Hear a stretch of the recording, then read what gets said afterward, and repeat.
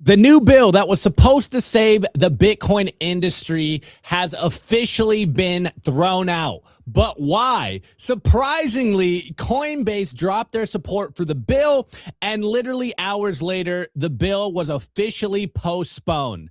As crazy as this might sound, is Coinbase actually protecting Bitcoin, or is there something deeper and darker going on behind the scenes?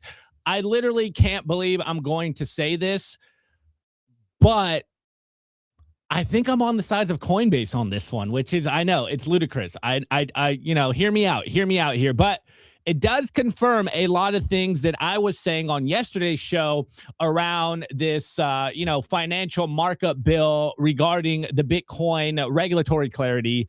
And as I was telling you yesterday, I'm like, this looks like a heaping pile of monstrosity here that is probably going to do more harm than good. Well, a couple hours after the show, it turns out that there was a huge drama in DC surrounding the bill. Again, I showed you guys the receipt. It seems like the big banks got in there through Elizabeth Warren and amended it, and there was all this confusion, and it seems as of now to have been postponed. We really don't know when they're going to do this again. It's dead, bro. Yeah, exactly. Like, I didn't want to say officially it's over, but it's pretty much over. Anyways, let's go into some of the details here.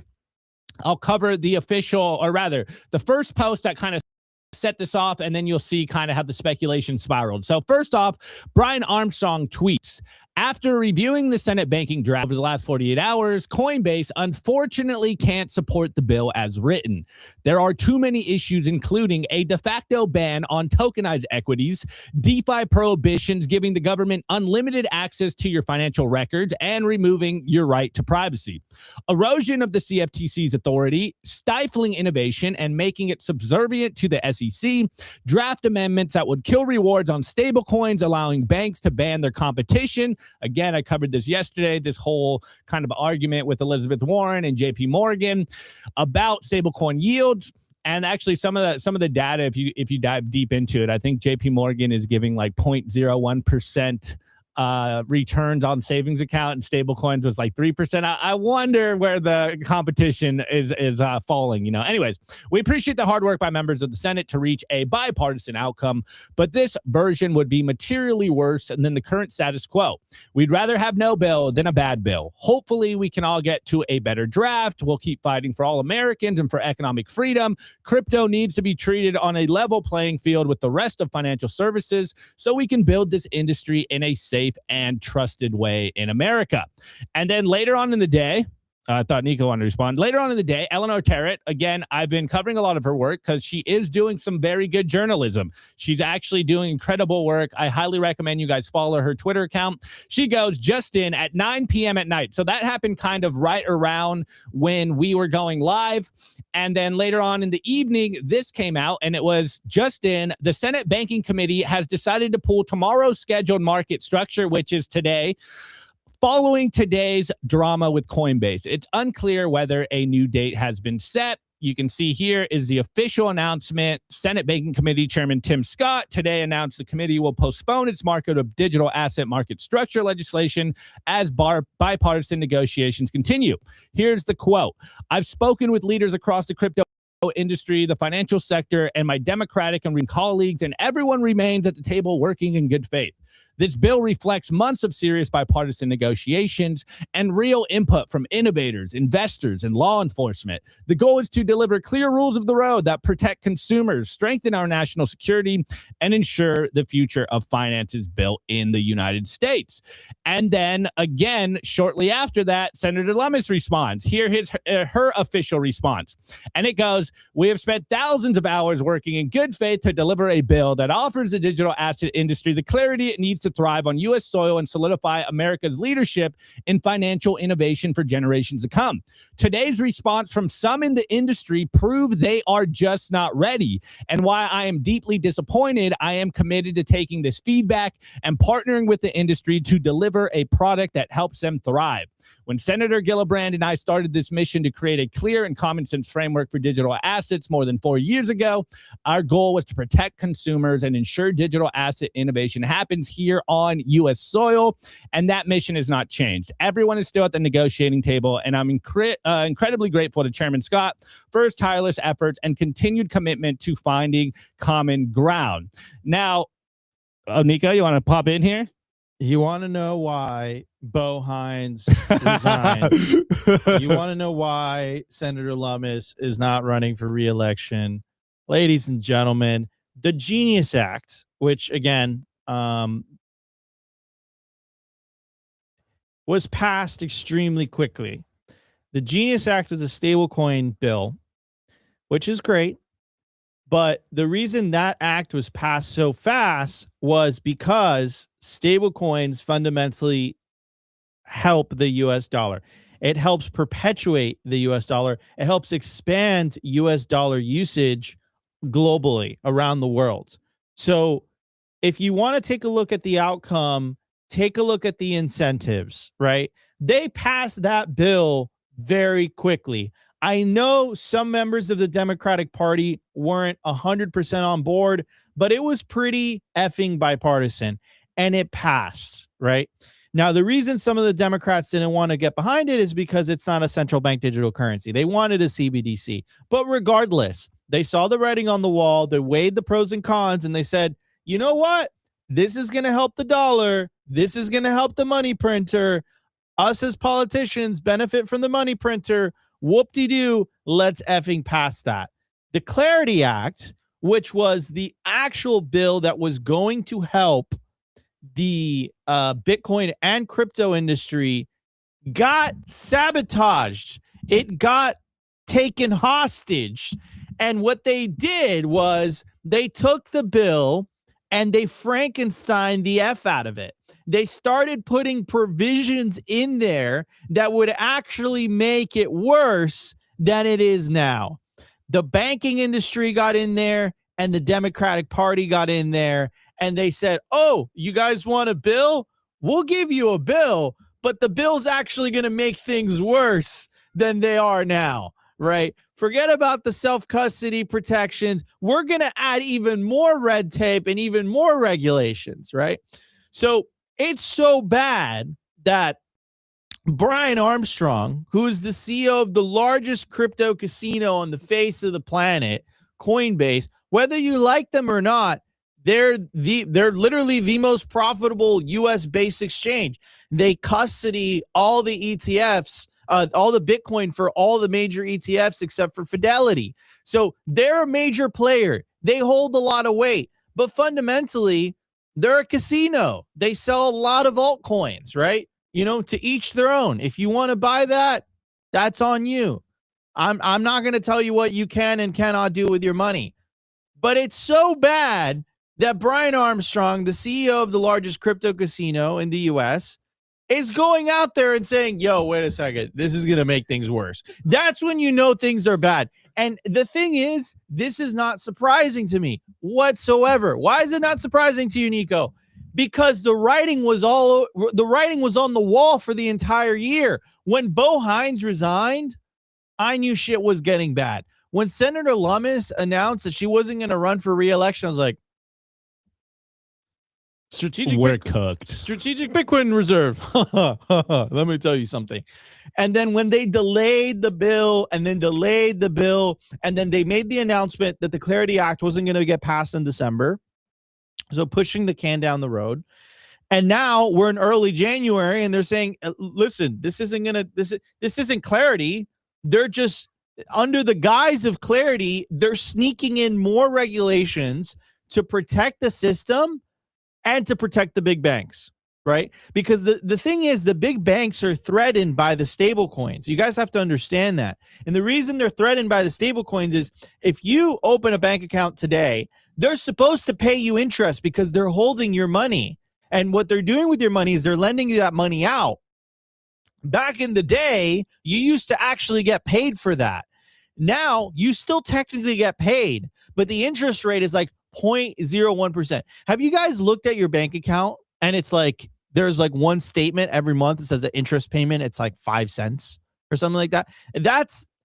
They're worried because what they think is going to happen is, and this is how, by the way, a lot of the stablecoin providers, this is how they make the money that they do, right?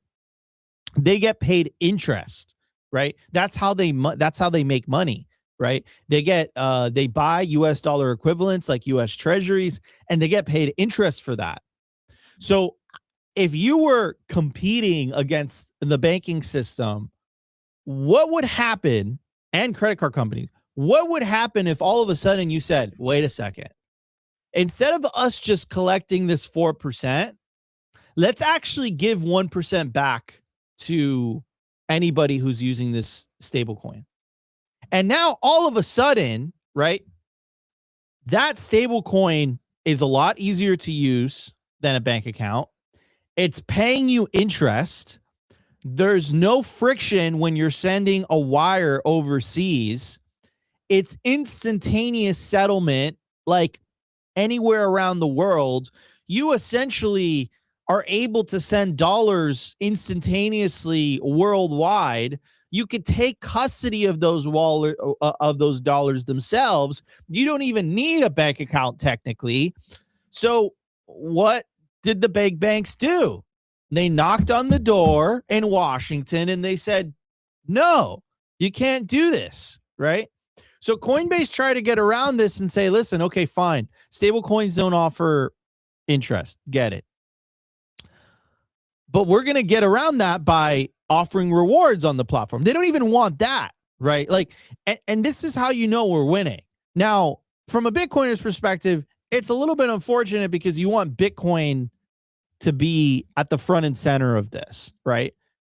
But the market reality, and fundamentally, we are free market maximalists here at Simply Bitcoin, is telling us that, listen, people are just not prepared to use Bitcoin as money. They're using Bitcoin as savings. That's undeniable, but they still consider the dollar money. That's what we're seeing all around the developing world. The reason that stablecoins are so popular is because the local fiat currencies are so trash that people are seeking alternatives, and this is why stablecoins are being so widely adopted worldwide. The problem is that here in the United States, the banking system itself is freaking out because what happens, like, I don't want to dox Opti or anything, like there's just people that just don't like. Chill. They don't even like bank accounts. Like, they don't even like bank accounts. They don't like bank accounts. Like a traditional bank account where you go to Chase or you go to Bank of America or you go to Wells Fargo or you go to any of these banks, right? Listen, I have one, but it takes an hour and a half to get signed up, right? Sending a wire over a certain amount is an effing nightmare. Okay, it's a nightmare. You wire out the money, you don't know where it is. It's in limbo, right? And you have to pay them if you don't have a certain balance in your account on a monthly basis, like a convenience fee, a maintenance fee, right?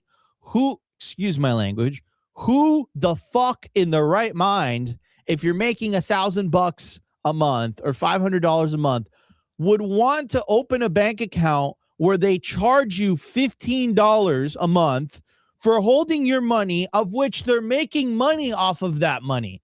And like, to spit in your face, the interest rate that they give you is 0.001%. This is where stable coins come in as disruptors and say, hey, you don't even have to go through go into a branch, sit there, they probe you essentially. Takes an hour and a half to open the account. You finally open the account. Takes another week for them to send you the plastic card, right? It's a mission. You could just download a stablecoin wallet and you're ready to receive dollars. Like, it's instantaneous. It's very quick, right? So the Clarity Act, what they did is they literally wanted to sabotage. That's the key word. Sabotage the potential competitors. they use the government to sabotage a potential disruptor and competitor to the banking industry. That is not capitalism. That is not competition. They're using government in order to stifle potential competitors and disruptors. That's the banking system for you, right? That's what happened. This is what happened to the Clarity Act. And the reason the politicians, and I love Senator Lummis, and bless her heart, the reason most politicians are not as enthusiastic and not as motivated to pass this bill, even though it would help the American people, is because they don't have the incentive. It doesn't perpetuate the US dollar system. It actually kind of protects a competing alternative system. So it's exposing the incentives. That's what's going on here. Let's be real. Like, that is the situation.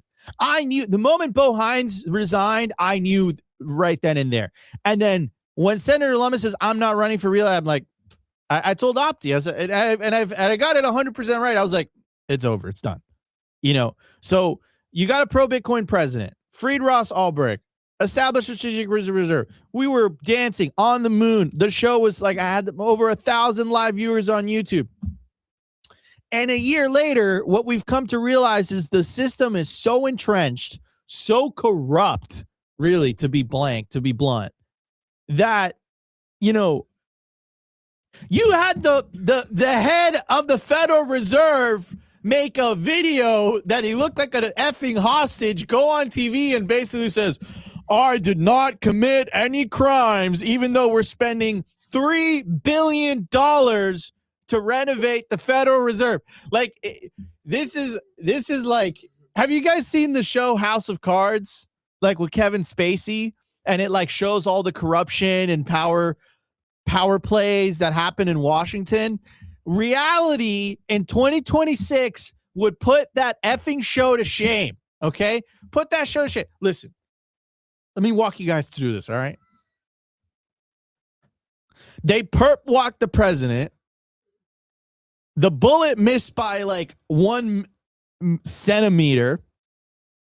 The guy won election anyways with RFK Jr., so a Kennedy, frees Ross Ulbricht, tweets from the White House, the United States is going to be the Bitcoin capital of the world. The head of the Federal Reserve is like, please don't indict me in a hostage video. And we kidnapped the president of a foreign country in 3 hours and took him to New York City. Are you not entertained? Are you not entertained? The only thing that would have put the cherry on the top, to be honest with you guys, is if Bitcoin actually fucking pumped. Then I would be super. In time. Then I would be super hyped. But man, this last year has been fantastic. It's been a great year. Entertainment wise, it's been really good. Anyways, I didn't mean to derail. No, that was great. Source material. That was literally you broke it down better than I could have. That was great. I mean, I was covering it yesterday, and I really wanted Nico here yesterday because, as you can tell, he is more politically inclined with this stuff. All I was saying yesterday was basically exactly what Brian Armstrong said. And it is kind of crazy to see that Brian Armstrong is on the right side of things for once. It's been a long time since I probably agreed with Brian Armstrong.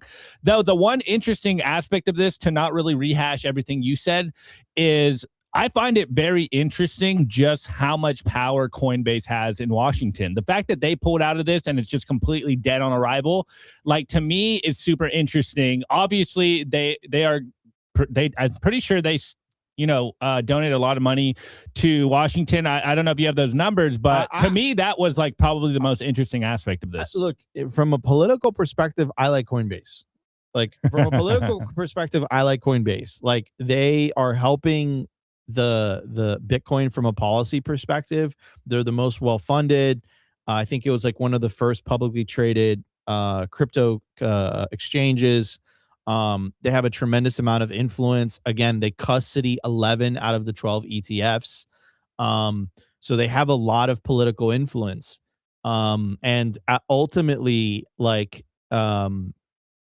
ultimately, you know, we don't 100% align with the Coinbase ethos because we're Bitcoin, not crypto here at Simply Bitcoin. But again, from a political standpoint, Coinbase, I think, has done a very good job in DC pushing forward I'll be blunt, pro crypto legislation, which again is pro Bitcoin, right? Because you're not going to have a pro Bitcoin legislation being passed that's anti Bitcoin, right? Bitcoiners want just pro Bitcoin legislation, but I'll take pro crypto over anti crypto legislation, right? Which we had anti crypto policy under the previous administration, and that was terrible. But at least the price was pumping. So maybe we go back to that, right? Yeah, I mean, look, I'll be honest with you. I think this is going to take a lot longer than we anticipated. I think we all had very high hopes for the Trump administration from the policy aspect, but this is a major defeat because in that bill, it protected self-custody. So there was going to be a bill that was going to be passed on the federal level that would protect the individual's right to self-custody. And I told you guys, like, what they're going to come after is self-custody, because self-custody fundamentally changes the power dynamic between citizen and state, right? Like, never in the history of humanity or the human race was a human being able to memorize a 12-word, 24-word seed phrase and then store millions, billions, trillions of dollars in their mind if they needed to. And that gives the individual tremendous amount of power, right? The more people find that out, the balance of power shifts. So if that to me was always the crux, like ultimately what I think they're going to go after eventually is self-custody, right? I have no doubt in my mind. I think that's what ultimately it boils down to. And this bill, we were very close for that to be, you know, enshrined, but they ran into this giant bureaucratic wall that is funded by the central bank of the United States. People call it the deep state. It's the administrative state. What that means is there's an unelected bureaucracy that remains employed regardless of who gets elected to office. Therefore, they don't have the accountability that elected officials have, right? That's what it comes down to. And ultimately, that body, which really started during World War II, and it's just ballooned ever since, is ultimately funded by the money printer.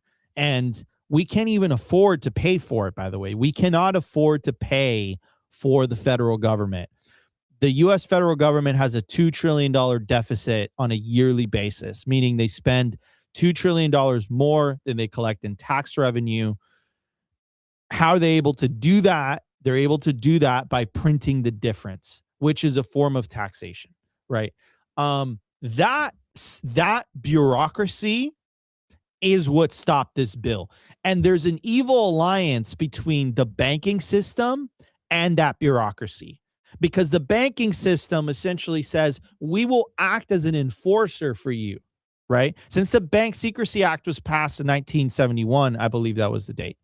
The banking system has become an enforcer for the state. So the analogy that I always use is, think about a 2 of 3 multi-sig, and where, like, that's a bank account that, like, that's your bank account. Your bank account is a 2 of 3 multi-sig where the state controls a key, you control a key, and the bank controls a key. Who do you think wins in that situation?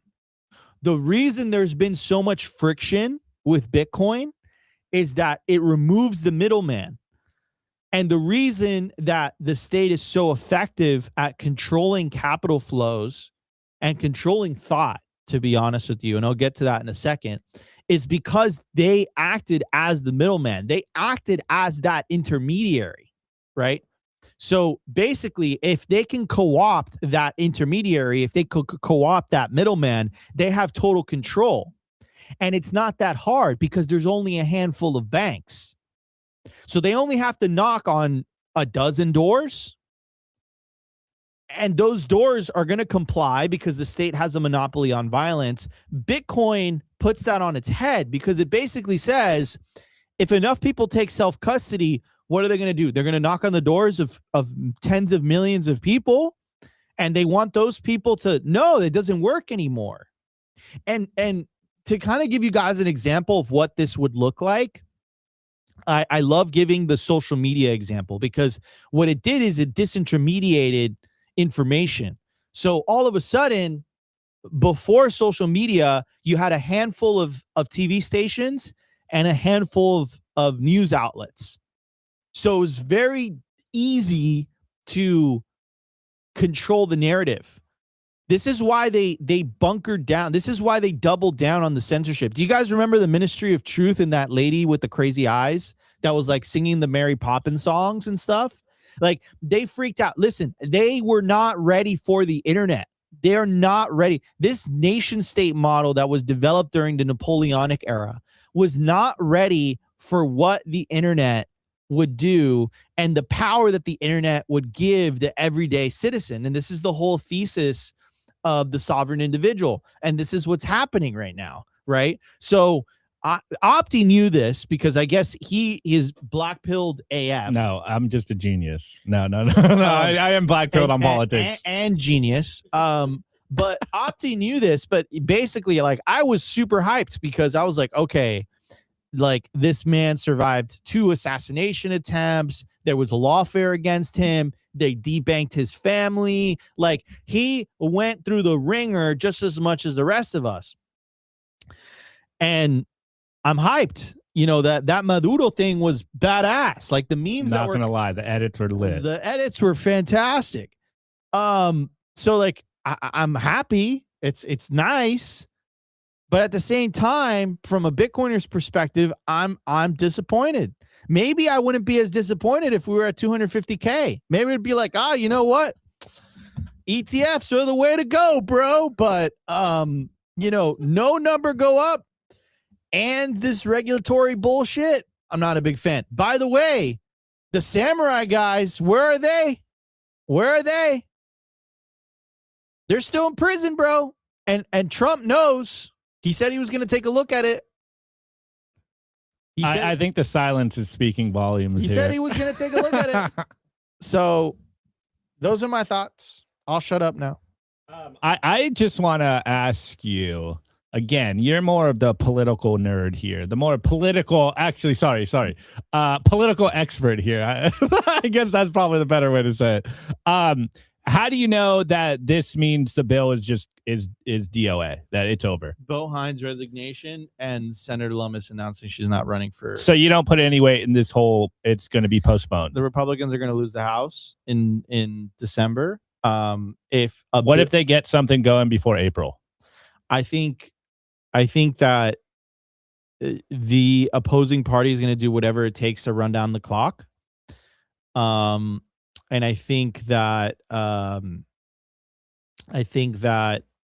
any type of bill that is going to be presented is going to have clauses in it that it's kind of like Taproot, like, to use a Bitcoin analogy. It's like, we were all so hyped about the Taproot implementation. And then we got ordinals. And then we got ordinals, like unintended consequences of that. This is a very thick and complex bill. And like, the people writing the bill, like, I don't trust them. Right. And their incentives are not aligned with ours. So you know that there's a nuclear bomb in that bill, right? That you know that there's some mines in there, right? So I'm just not. Look, I could have told you this though. The moment Bo Hines resigned, and he joined Tether, which is fantastic, right? It's great. It's great. Yeah, it's actually kind of poetic now in hindsight. It's great. It's good for him. I'm super happy. Like, I'm super happy for him. But like, the moment that happened, I was like, we're not getting a strategic Bitcoin reserve. And then the moment that Senator Lummis is like, I'm not running for re-election, I was like, yeah. Because like, She said it this is not open to interpretation. Like, she said it in her resignation letter, by the way. She said it. She said, like, this is going to be a marathon and not a sprint.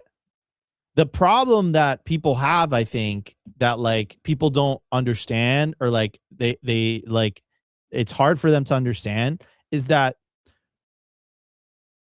when the Republicans lose the House, the first thing the Democrats are going to do is impeach Trump.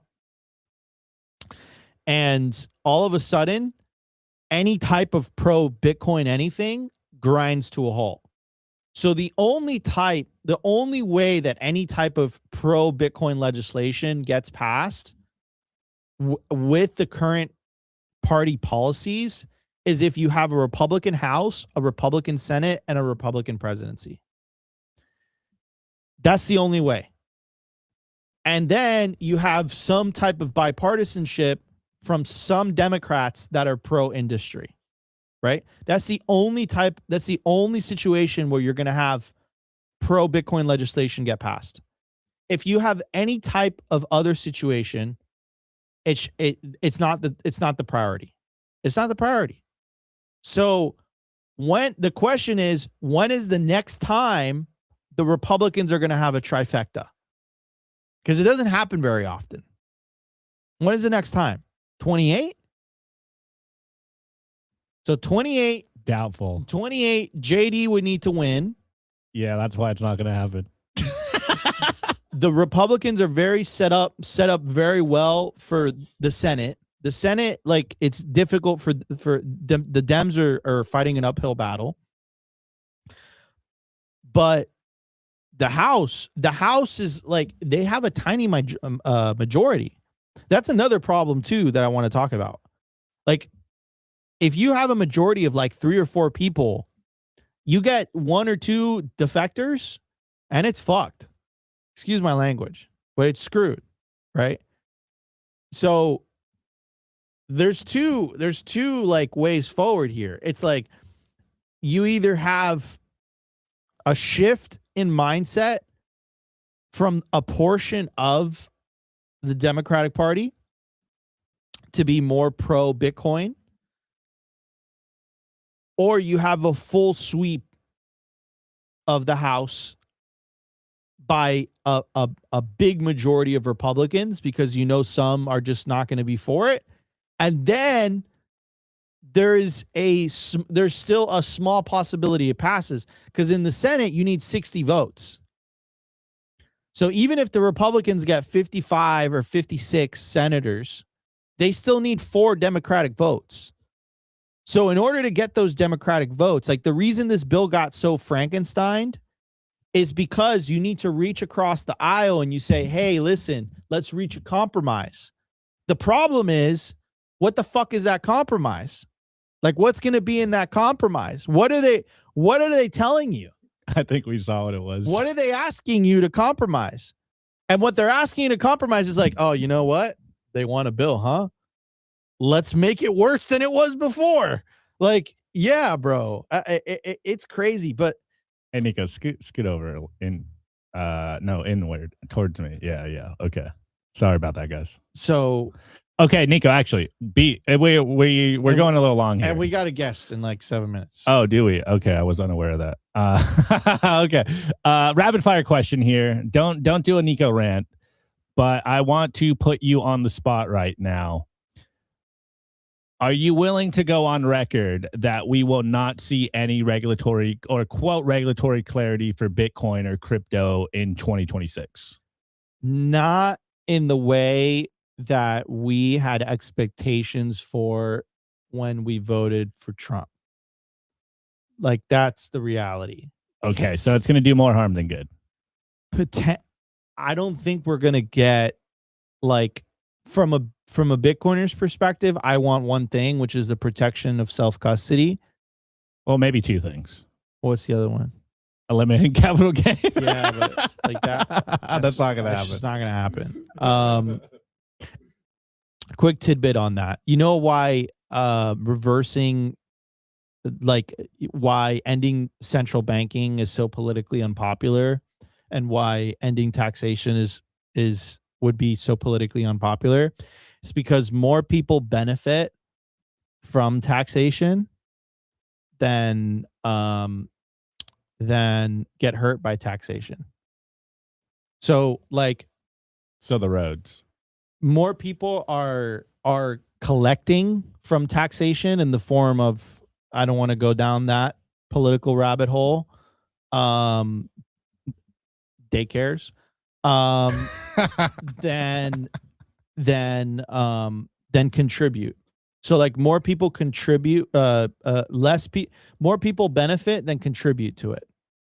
Like people have to understand, like a huge portion of the country doesn't work. Sounds lit. They don't work, right? I don't want to work either. So you would obviously be against it. You'd be against. Totally. I don't want to go down that. Okay. Route, Okay. I said rapid fire. Okay. So Nico says yes. No regulatory clarity this year. No. I never said that. I said no regulatory clarity the way that we imagined it when Trump got elected. Okay. I think the blob is so powerful that I just think that like you need individuals taking self-custody, and that's the only way that things are actually going to change. And you got to change the culture. Like this is going to be a multi-generational thing if we win. Well, it's nice to see you finally coming around, Nico, in a very roundabout way. But hey, we'll get him over the finish line, guys. We'll get him over the finish line. It's actually funny watching you, watching the progression from the beginning of the year to now just being completely demoralized on the whole political process. I'm like, dude, this is why I was right the whole time. I mean, like, it was like, do we go down the accelerationist path? And it's like, all right, you know what? Cackling Kamala, we're going to the gulags. Fuck yeah. And then like the thing, like they just print so much money, it goes to hyperinflation. They roll out the CBDC, like people start to, it's like, do we go down that route? Are we like, oh, well, what? We can vote ourselves out of this, right? Anyways, I think we should hit a commercial break and then we'll welcome Chris. Today's episode is brought to you by Bitcoin Well Infinite. If you're a serious Bitcoin buyer, you've probably hit the same wall. Most platforms make you give up custody just to play by the rules. Bitcoin Well Infinite fixes that. They're North America's only publicly traded, non-custodial OTC desk listed on the TSX Venture Exchange, which means transparent operations and zero counterparty risk. You buy Bitcoin, you take immediate control, period. For trades over $50,000, you get a dedicated executive Bitcoin advisor, competitive spread starting at 1%, and immediate delivery straight to your own wallet. No custody risk, no withdrawal fees, just institutional grade execution with full asset control. If you want to buy Bitcoin the right way, book a free consultation at bitcoinwell.com/OTC or email infinite@bitcoinwell.com. I want to give a shout out to our partner, StampSeed. Is your Bitcoin in cold storage really secure? Are your seed phrases really secure? StampSeed's do-it-yourself kit has everything you'll need for you to hammer your seed words into commercial-grade titanium plates, instead of just writing them down on paper. Paper is fragile. Titanium plates are strong. Your words are actually stamped into the titanium plate with this hammer and these letter stamping tools. Once the words are in, they aren't going anywhere. No risk of the plate breaking apart and pieces falling everywhere. Titanium stamp seeds will survive nearly triple the heat produced by a house fire. They are also crush-proof, waterproof, non-corrosive, and time-proof. And now you can customize your titanium seed plates. You can upload your design or logo, and they will laser engrave it on the back of your seed plate, the opposite side of where the words are. Stamp your seed on StampSeed and use promo code SIMPLY to get 15% off anything on the stampseed.com store.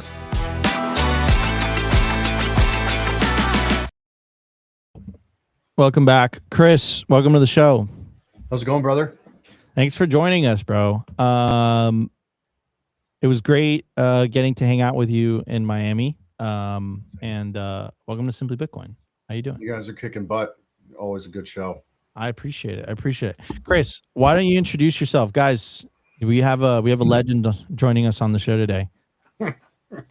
Well, thank you. Yeah, Chris Sullivan, co-founder and portfolio manager of Hyperion Decimus. We were one of the first asset managers and hedge fund companies to jump in 2017, and then we brought in clients beginning in 2018. And yeah, so we've got 2 hedge funds. One's a multi-strat, one is a long short, just single strat, and we're OG cypherpunks and arco capitalists. Bro, cypherpunks running a hedge fund. I'm all about it. So Chris, talk to me about this, man, because it seems like things have changed since the introduction of the ETFs in the beginning of January of 2024. We've seen, again, kind of institutional interest in Bitcoin. This cycle has played out completely different than prior cycles. Retail has no interest in Bitcoin whatsoever. It's all institutional demand. We reached an all-time high before the halving. I would say 2025 was a little bit of a disappointment based on people's expectations, based on the performance of Bitcoin in prior cycles. So what's going on here, man? Is it paper Bitcoin? Of course, the Bitcoin treasury companies, right, coming into the game. So what's going on here, man? Is it good that you have this institutional interest in Bitcoin? Has Wall Street co-opted Bitcoin? What's your take? It's not a one size fits all. To your point, I think Roger's mostly correct with sort of the co-opting, so to speak, if you want to call it that. I like using the following phrase, Nico, is that it's been silvered, right? And those who know what I'm speaking about will get exactly what I'm saying. So let me break down the mechanics, and then I'll go on the other side and explain how Bitcoin's different than commodities, and has its own built-in protections. So let's look at USO, ZSL, which is a short silver. Let's look at commodity-based ETFs. Well, I don't know any of them that are actually going to ever deliver you silver or gold or oil, and only a few even collateralize against actual spot. Most are just a second derivative of the futures contract, which is also a second derivative, effectively just a price betting instrument on the actual spot commodity. So we've got, all these, I don't even think ETFs are investable, but they're tradable. All of these things kind of really exploded post 2000 and then really exploded post 2008. Myself and most of my team were actually on the street before the so-called GFC and learned a lot of shenanigans on both the mechanics, the pipes, and the securities structure. So I challenge and advise everybody who is listening to go and read the prospectus of IBIT. And if it doesn't give you nightmares, then you're probably in on it. So that being said, how I could best answer you is that what's been co-opted is essentially concentrated just to the dollar price. How have they done that? If you look, there's futures ETFs, there's inverse futures ETFs, there's yield ETFs, and then there's spot ETFs, etc. All of that kind of creates a number of problems with price signaling. The first I'll answer is that the ETFs that are futures and or yield based are negatively convex and create a short gamma situation. How are they even paying the yield? They're all mostly selling calls. So when you sell a call, you're literally selling upside. How does that work? And then I know I'm just diatribing. Do you want me to keep going? Do you have any questions? Dude, you're dropping a ton of alpha, so please keep going, and then I'll ask you questions about what I didn't understand.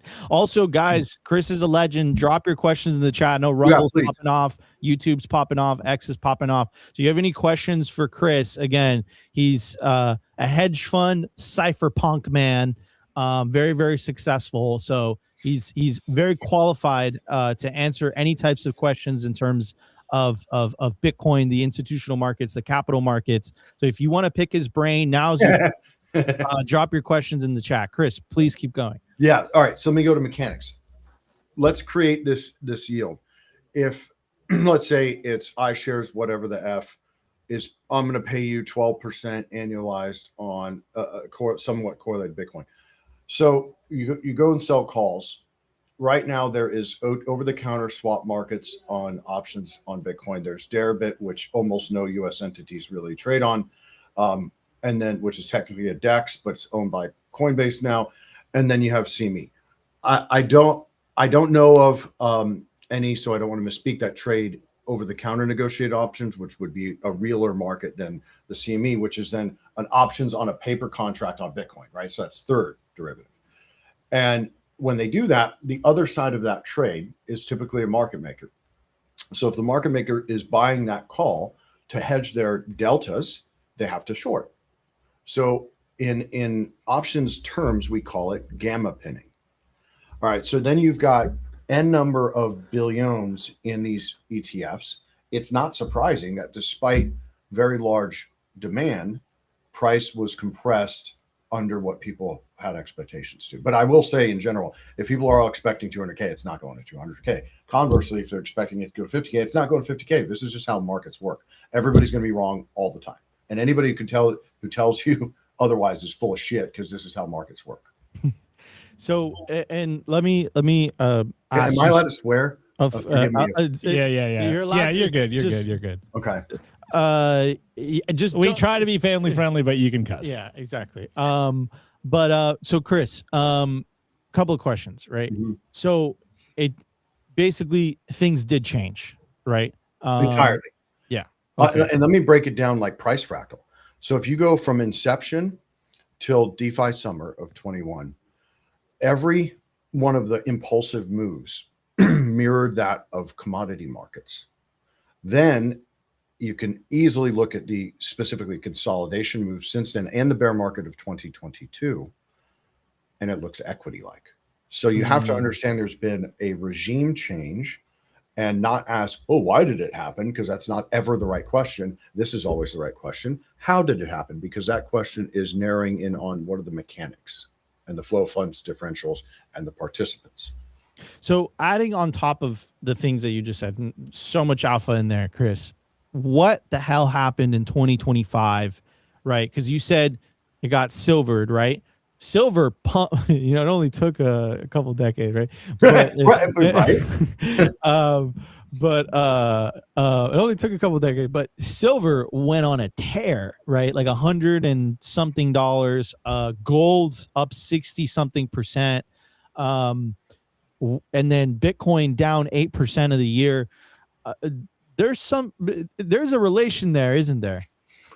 Yeah, people just need to understand that once you anchor to a correlation of like an R squared, there's no guarantee. First off, there's no guarantees, but there's no maybe predicting that relationship is going to maintain. So, okay, it's correlated to gold with an 8-week lag. Okay, it's correlated to NASDAQ with 2 times the vol. Sure, but that doesn't mean that continues into the future.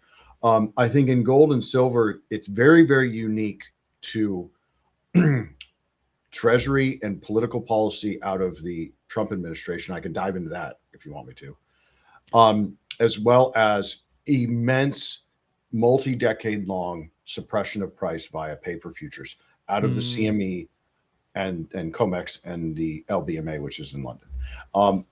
And I can, let me know where you want me to go from there. I can dive in on the metal side and explain that. Yeah. So let's I want to take the questions from the chat during the news during the next segment.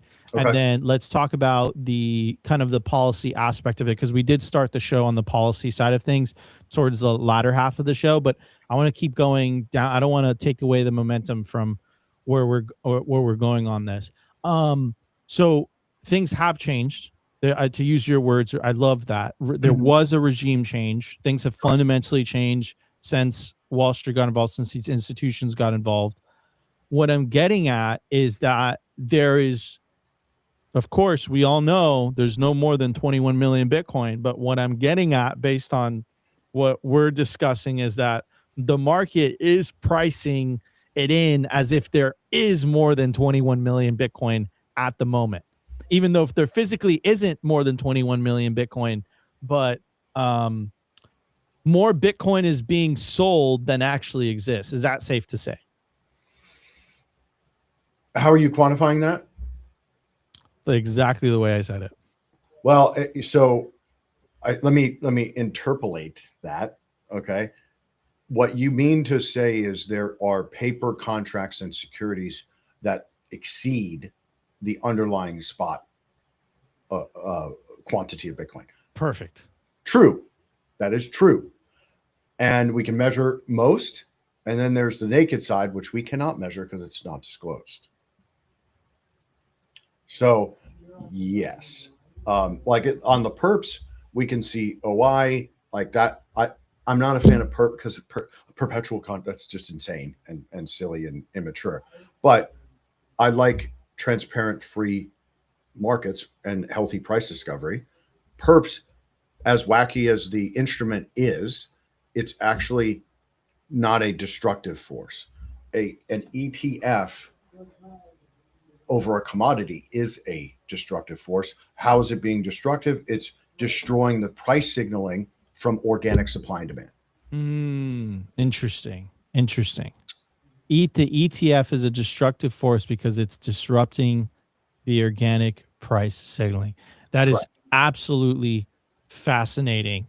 And I think we all had a hunch that this was happening, but I'm super glad that you came on the show to kind of break it down. Now, before we move on to the next segment, Chris, could you, and guys, again, Chris is an expert in all this. So if you guys have any questions as it relates to what's going on in the Bitcoin markets, please drop them in the YouTube chat. Please drop them in the Rumble chat. Please drop them on X, and we'll make sure to cover them in the next segment. But before we move on, Chris, could you break down the mechanism? How does that work? Because that line that you said was very deep, man, right? It's so organic demand and supply creates a real price that then sends a signal to the market, not the other way around, right?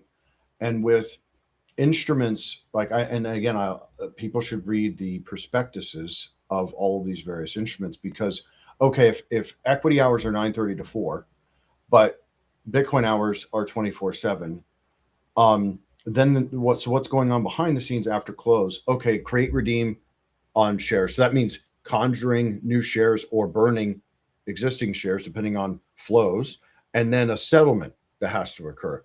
So you've got mismatch, time deltas, costs, and opacity, right? That then muddy at a bare minimum. Like, we're not even using the word manipulate or distort yet.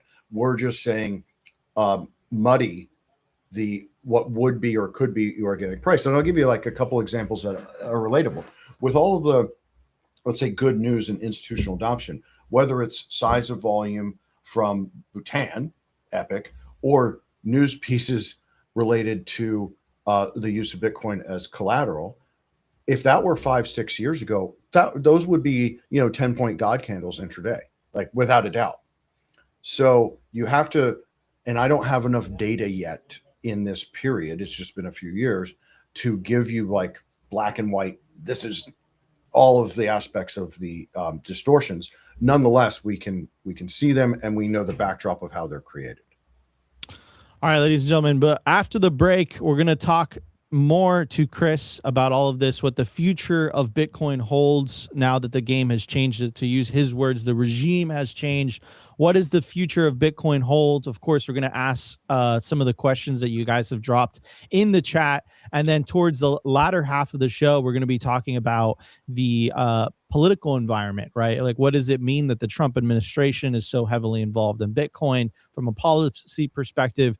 Like we were talking about in the beginning of the show, it doesn't seem like the Clarity Act is making a lot of progress. Provides clarity. Sorry. Exactly, right? The Clarity Act is not providing clarity. In fact, it's doing the exact opposite. So we're going to be talking about all that. You guys are going to want to stay tuned. We're going to be back in a minute or so after the commercial break. I want to give a shout out to our partner, Ledin, the leader in Bitcoin-backed loans. Unlock the liquidity in your Bitcoin without having to sell your Bitcoin. They've issued $9 billion in loans to over 10,000 customers since 2018. I absolutely love these guys. Not only do I have an account with them, but I also have a loan. And what I love about them is that there are no monthly payments, and you could pay back the loan at any time. As soon as you send your Bitcoin as collateral, you'll have cash in your account within 24 hours. Over 1,000 five-star customer reviews, and they've never lost a single dollar or sat of customer money. Go to learn.ledn.io/simply today, and you'll get 0.25% off your first loan. I want to give a shout out to our partner, sat123.com. Sovereignty isn't just about your money. It's about your communications too. When the grid goes down, most people go dark. Cell towers fail in hurricanes, cyber attacks, and blackouts. But satellite phones? They don't rely on local infrastructure. Iridium has 77 satellites in orbit, giving you a direct line anywhere in the US, even offshore. If you hold your own Bitcoin keys, you should hold your own comms too. Sat123.com also has everything you need to start building your Bitcoin citadel. Starlink, battery backups, Faraday bags to protect your hardware wallets, and much, much more. It's a one-stop shop for anyone serious about resilience and off-grid independence. Stay connected, stay independent, stay sovereign. Go to sat123.com/simply today and use promo code SIMPLY to get 15% off anything on the store. I want to give a shout out to our partner, BitKey. If you already self-custody your Bitcoin, you know the deal with hardware wallets by now. Complex setups, clumsy interfaces, and a seed phrase that can be lost, stolen, or forgotten. BitKey fixes that. BitKey is a multi-sig hardware wallet built by the team behind Square and Cash App. It packs a cryptographic recovery system and built-in inheritance feature into an intuitive, easy-to-use wallet with no seed phrase to sweat over. It's simple, secure, self-custody without the stress. Time named BitKey one of the best inventions of 2024. Get 20% off at bitkey.world. That's BITKEY.world with the code SIMPLY.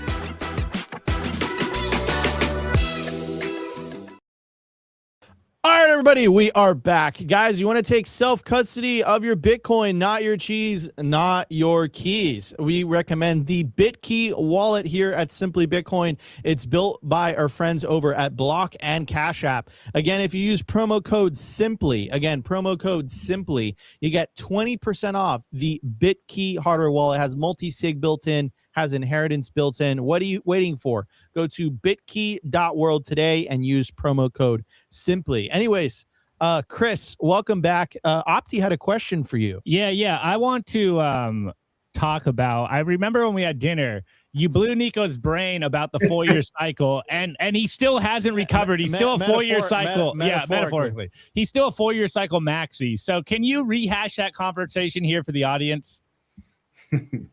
Or rather, maybe to tee it up. A 4-year cycle. So time is nonlinear and it's relative, right? So anchoring to any time signaling is just malpractice, period. So was there a price correlation at modestly measurable degrees related to happenings? Yes. Was there a 4-year cycle? No. Was not. There was a liquidity cycle that may have made it look like a 4-year cycle, but it had jack to do with like locking into some esoteric astrological time sequence. Okay, love it. So Nico, are you convinced now about there not being a 4-year cycle? But this isn't a debate. It's mathematics. I'm not a mathematician, so I don't know. I can't look. Look. He's struggling because he's having cognitive dissonance right now. Right, and that's fine. I'm not trying to jerk your chain, Nico. But math is math. It doesn't matter what we feel or think. Okay, so if there isn't a 4-year, I agree with that. But if there is math is math, it's true. But if there isn't a 4-year cycle, then what exactly is playing out? Like, you don't expect the traditional bear market to happen this year, the year after the halving. You don't see that playing out. I don't roll with trying to, I have a little more humility than trying to predict the future, dude. Okay. So I don't roll that way. Like, Okay. it doesn't matter. The only people that care about that are in bit to get rich, so to speak. And get rich, that's a fiat policy. Like, because I want to be in bit to get more fiat. Well, that's not why I started buying it in 2013. Certainly not why I started a hedge fund company in 2017 to get around it. And tough shit if you don't like what the price did. So, you know, we have to anchor to facts, right? There are mathematical statistics that provide evidence within a probability distribution curve of potential outcomes. And we have to be cognizant. I like to divide them in thirds, where you have kind of a bull, bear, and base case. Then I can try and put a time scope around that. Got it. All right, everybody. We're gonna pull up. Okay, I have one question here. Only Craig, one? well, I have one that I'm going to start with, and it is in response to what you were saying about the ETF and commodities, and it's skip onward. So it's more of a comment, but it's I'm going to phrase it as a question. And he goes, but the gold price rose massively in the years following the intro of the gold ETF. So how would you explain what you were saying about how this is potentially not necessarily the best thing for Bitcoin, but how this might have a parallel with what we saw in gold, because it had, you know, like a decade long. Yeah, this is a good question, worthy of me unpacking it. Okay. What did the ETF do after it was launched on Bitcoin? Went up. Went up quite a bit, right? And then what happened to gold the 2 years after the gold ETF was introduced? It went nowhere for a very, very long time. Right. Okay. And then if you M2 adjusted to gold price, it's, I think, about 25,000. So yeah, I mean, that gold and silver are like the best example of what is being done to Bitcoin now. So to answer the viewer's question very specifically, it was a new product that gave humans access to something new, but that they kind of knew about, right? Gold. And Bitcoin did the very same thing when the Bitcoin ETFs now, oh, look at all these flows and demands, and we had a nice structure associated with that newness. But as soon as you paper something, you're putting control in the hands of people who have no other interest than their own. So, and who benefits from this? The cui bono is effectively central banks first, Wall Street second. Okay, and then what's the mechanism in which they benefit from because you would think like everyone benefits from number go up, anyone would benefit from gold going up, anyone would benefit from silver going up. Like why, how do they benefit from it not going up? Well, first off, it just shows that fractional reserve banking is fraud on its face. Second, the second derivative signaling from commodity prices rising is also input costs going up, and everybody having a more inflated experience than they would from just the money supply increasing. And then it's more about control. Remember, the central banking apparatus globally does not want anybody to have fun, feel good, or like their neighbor, right? So nobody benefits outside of their agenda lanes. And so they just want to control. What you just saw in Q4 on silver and gold was them losing control.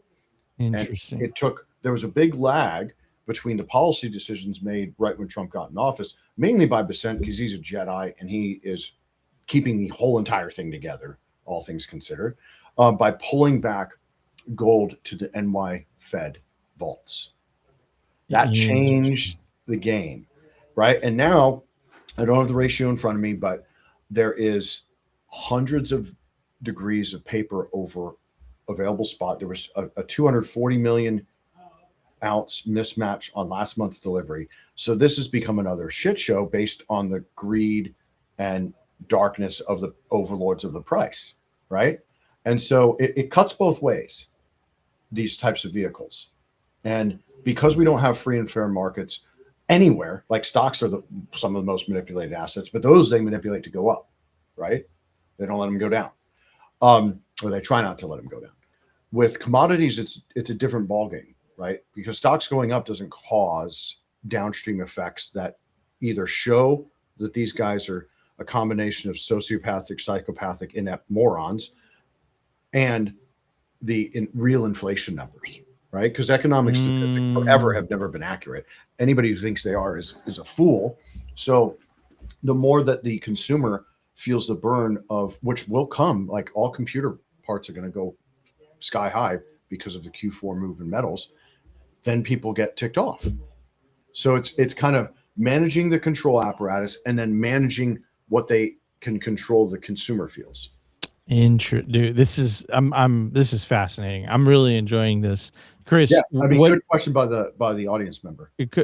Before we go on to the next, wait, I do have one more question. I think he's low key trolling me, but I'm gonna pass it over to you. He's asking about indicators here. He goes, question. Thoughts on Bitcoin being in the Gaussian channel on the 1 week and the super guppy indicator that has gone into gray, usually a sign that the bear is very close to beginning. I don't even know what these indicators are, but apparently he's not trolling me. I mean, I've never heard of a gup. I mean, I know what a guppy is from fishing, but I know what a Gaussian channel is. Yeah, I mean, I can give you a bull, bear, and base case scenario, but you know, if you're worried about that, then you shouldn't be in the trade. It's the best answer.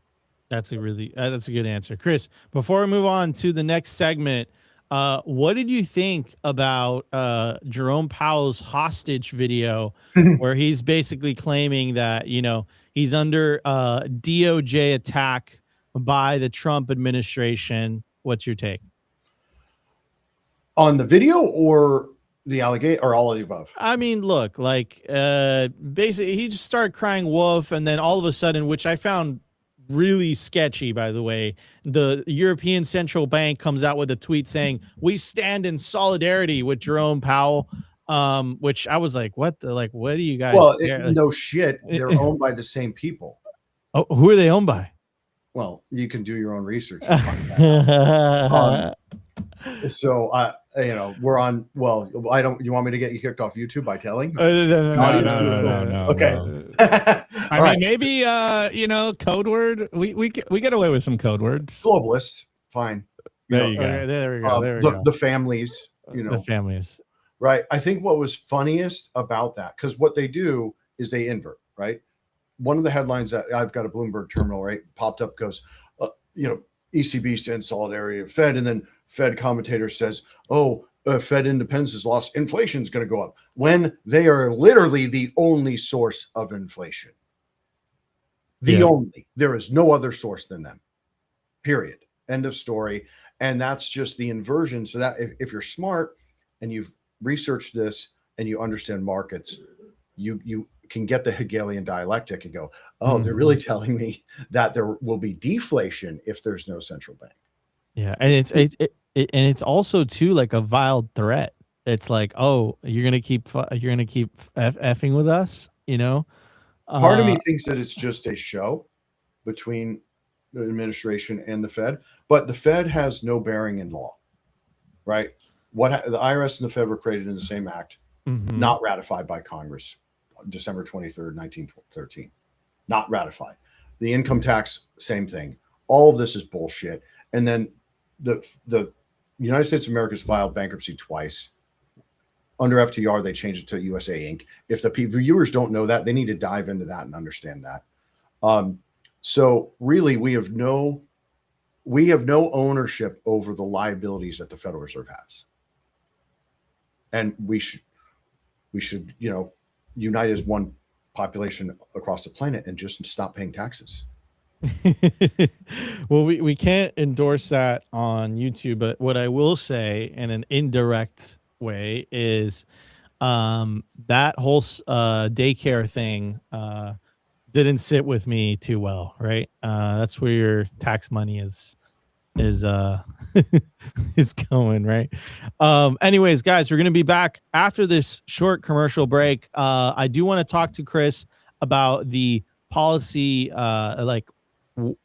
what his thoughts are with the current Trump administration. Has it been positive for Bitcoin? Has it been negative for Bitcoin? And then I want to end it with, since Bitcoin has changed fundamentally because of, you know, this institutional institutional involvement, what is the way forward? So we're going to be right back in just a bit. I want to give a shout out to our partner, HIVE Digital Technologies. Fueled by clean energy, HIVE has quadrupled its global Bitcoin mining footprint and channels that same scale into high-performance compute, where their AI cloud is now ranked #1 in the world for network performance. At HIVE, you've got dual engines, Bitcoin and AI humming, roaring, accelerating in unison. They're lean and mean, they're green and clean, and they're rewriting the playbook on sustainable digital infrastructure. You can catch the latest buzz at HIVE Digital Tech or at hivedigitaltech.com. I want to give a shout out to our partner, bitcoinben.io.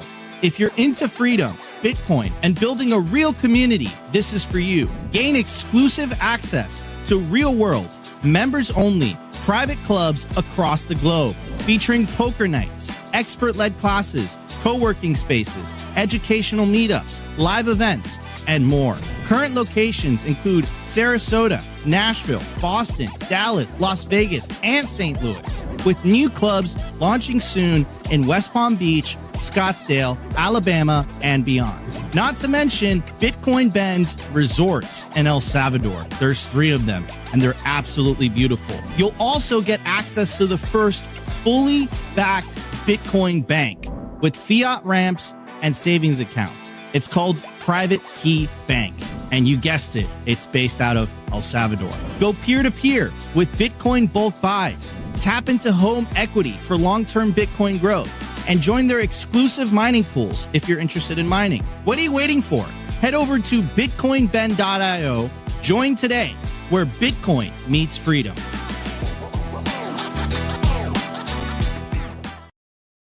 Everybody, we are back.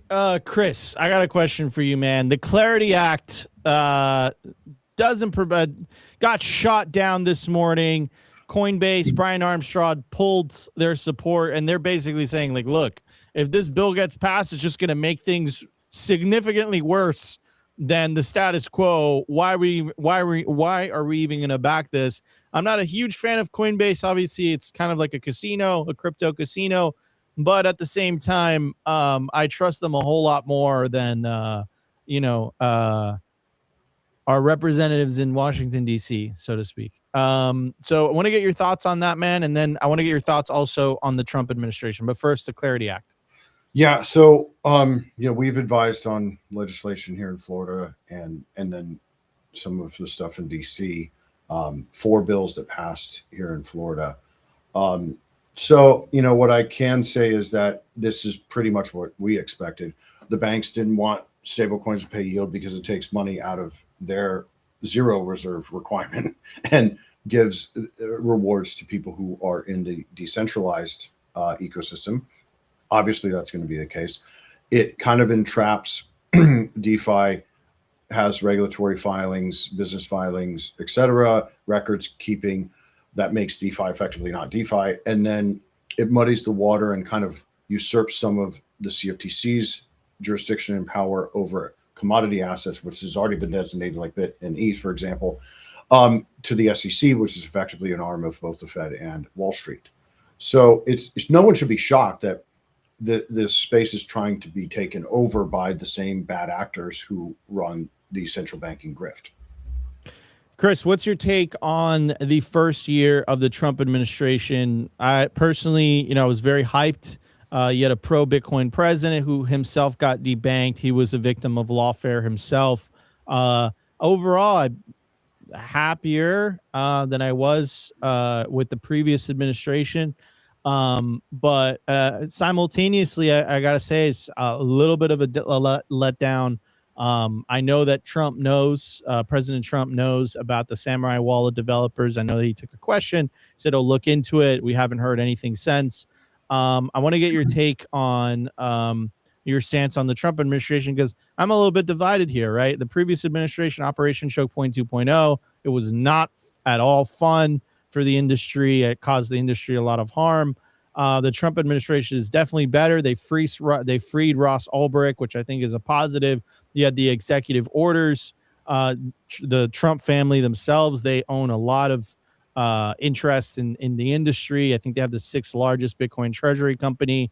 So I want to get your take on President Trump's first year in his second term. I think we all have to thank our creator that it went the way that it did.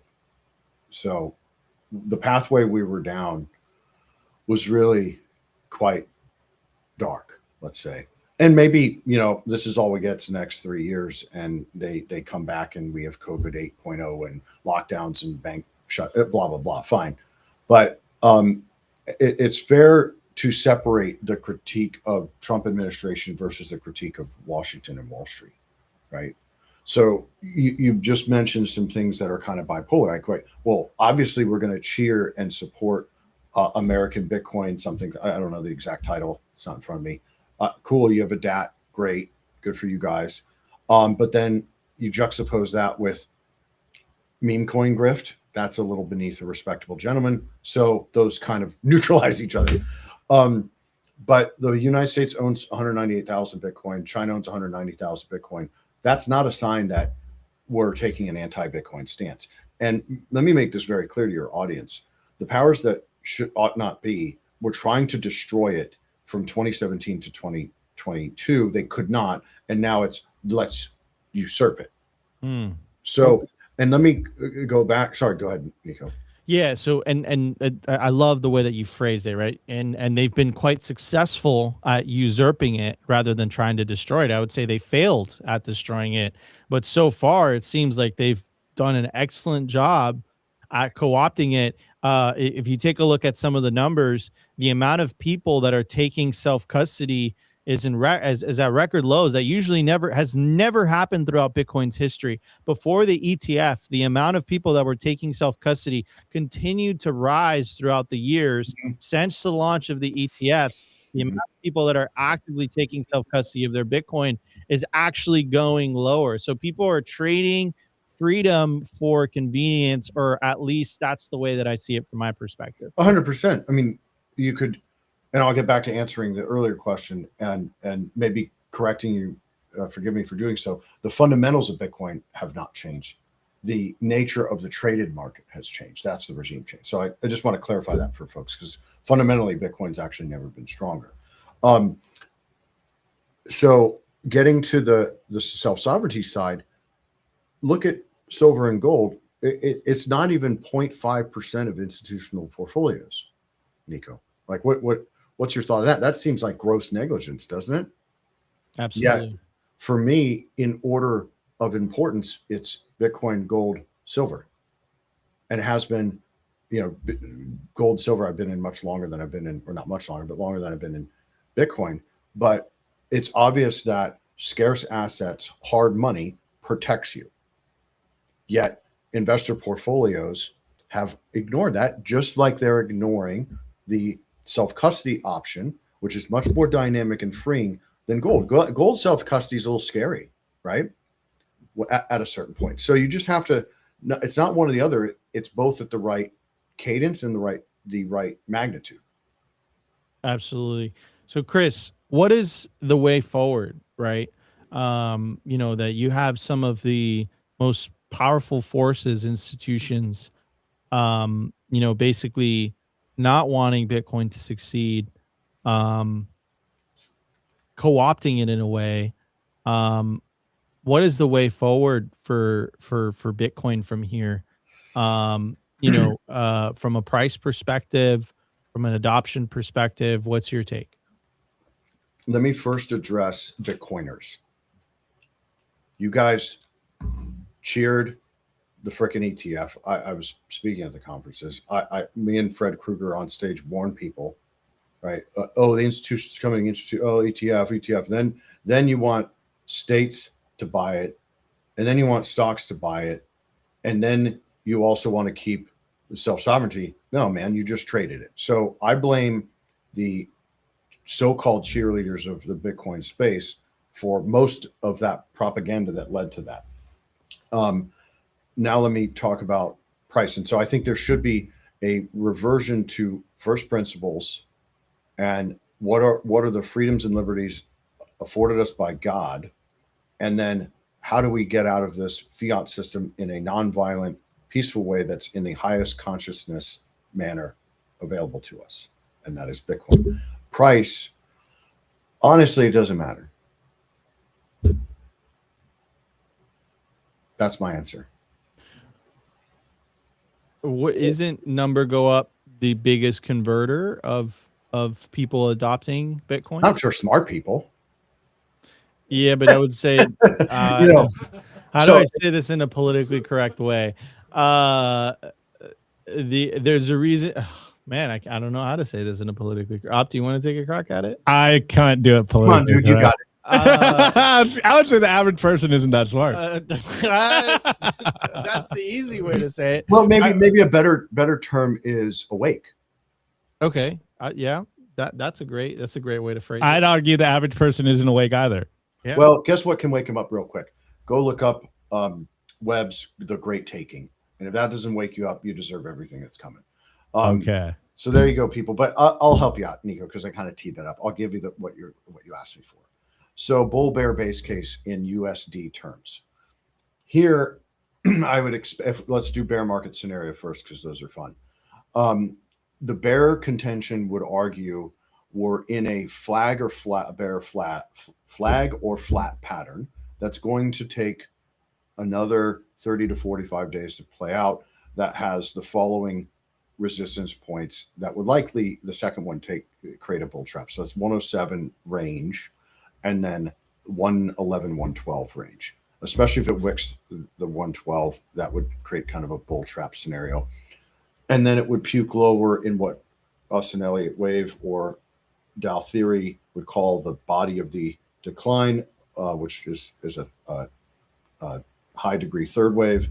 That would take us through the 80 low, likely to low 70s, maybe even as low as 56. We get another intermediate degree bounce, probably in between the 80 mark and the consolidation at 89. And then it would ultimately either truncate, not make a new low, or double bottom in that 56 range. That's sort of the worst case scenario, right? The best case scenario, so I'll do max bull, is that we are now completing the first impulse of a bull market extension that would take us probably into Q2 before any major pullbacks. And I'm doing this like a major pullback isn't going 95 to 90, right? That's not a major pullback. So it really would be on the ferocity of the breakout. If we take out 126, you really only have a 170, 180 pivot after that, and then kind of green pastures to a 240 trend line.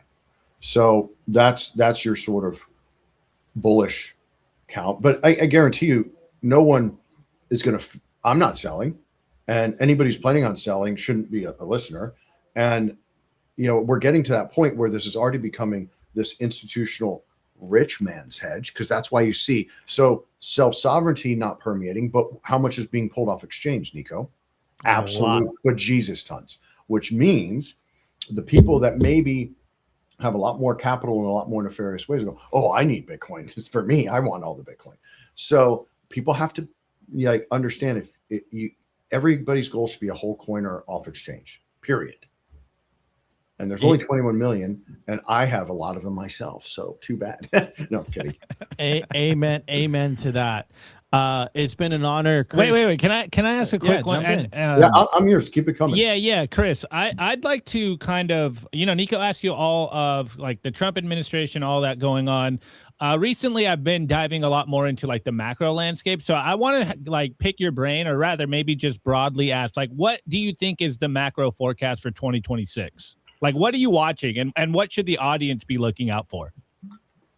Define macro, because when I hear macro as a asset manager, I'm thinking monetary and fiscal policy. But what do you mean? Yeah, that's basically what I mean. Yeah. I mean, dudes, we're QEing at an all-time high. Yeah. Like, okay, so then back to gold and silver. Nico's messing with the soundboard over here. That derailed my thought. So gold and silver are a known counterparty hedge. What I think some know, but not everyone, Bitcoin's probably a better counterparty hedge. Gold and silver are sniffing out the fact that the banks are all insolvent, right? If they weren't insolvent, you wouldn't see repo going girls gone wild, and you wouldn't see QE, right? Just that's black and white. So to answer your question more like strategy wise, either we're going to get sort of, Larry's big print, which may have kicked off, or all these institutions are going to fail and they're going to run the great taking and CBDC everything. They're prepared for either one. Honestly, Nico, look, I know I have a 42 IQ here, but me and Chris are very aligned on this take here, Nico. You're the midwit here today, so I guess so. I guess so. What's man. the middle? Tell me the middle. What is the middle? I don't know. Whatever Nico say, because I've been saying this exact. Obviously not as eloquent, but I've been saying all these different factors, like you said. QT's ending. QE is just ramping up. We're seeing the liquidity kind of get added back into the system. We're seeing the Fed repo markets go up. Like, we're seeing what's happening in Japan, and all of this is like Larry's big print seems to be right around the corner.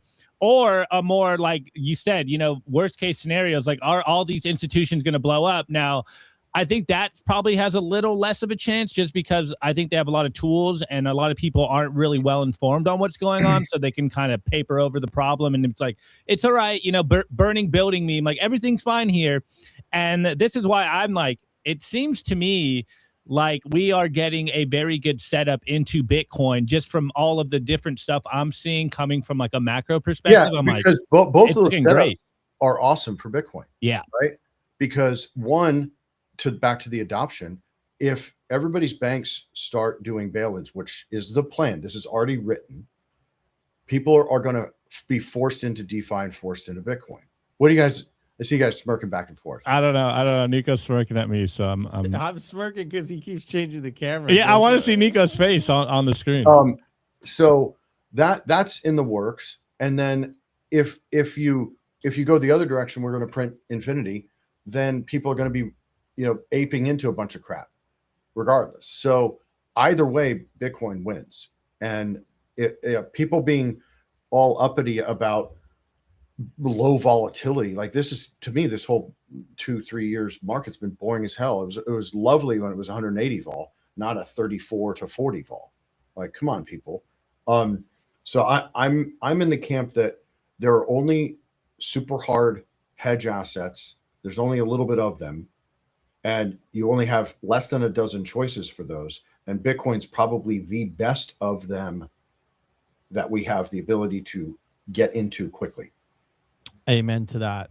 Well, Chris, thank you so much for joining us on the show today, man. I'll give your folks some super alpha.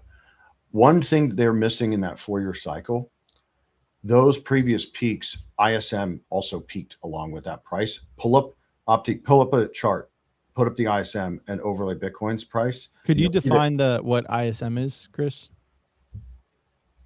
It's Institute Supply Managers. ISM, it's like a business measurement statistic. Oh, so it's just like the business cycle. It's not like, it's like a business cycle. So if you go to Fred, which is the St. Louis Federal Reserve Board site, their data, which we can discount its efficacy, has an ISM number and it's released monthly. If you grab that chart and you put the previous peaks that do make it look 4-year cyclically, there's a business cycle peak to that. It's just rising. And then the other thing that's really important to look at that also has correlation is the S&P over IWM, which is the mid cap or small and mid cap. And that's broken out, it actually looks kind of like the ETH BTC pair, which is interesting. Those have correlations to sort of max risk or euphoria. And we're nowhere near any of that yet. Hell yeah. I found the Twitter one with it overlaid here. This one's a little, this one's like, it's not fully updated yet, but here, let me pull it up. And Nico doesn't have his computer here. But this is, already overlaid. This is like a week. That looks like 2 weeks old. Like charts. But yeah, that's what I'm saying. Oh, that is fascinating. Mm-hmm. That is really. So the party hasn't even started, huh? What do you mean? The party has been in Sioux since the Genesis block. Like, Oh, guys, man. let me leave you with this. How scared, frustrated, annoyed, and angry would you be if we didn't have this as an option? Oh, it would be terrible. We would be Right. forced to care about politics.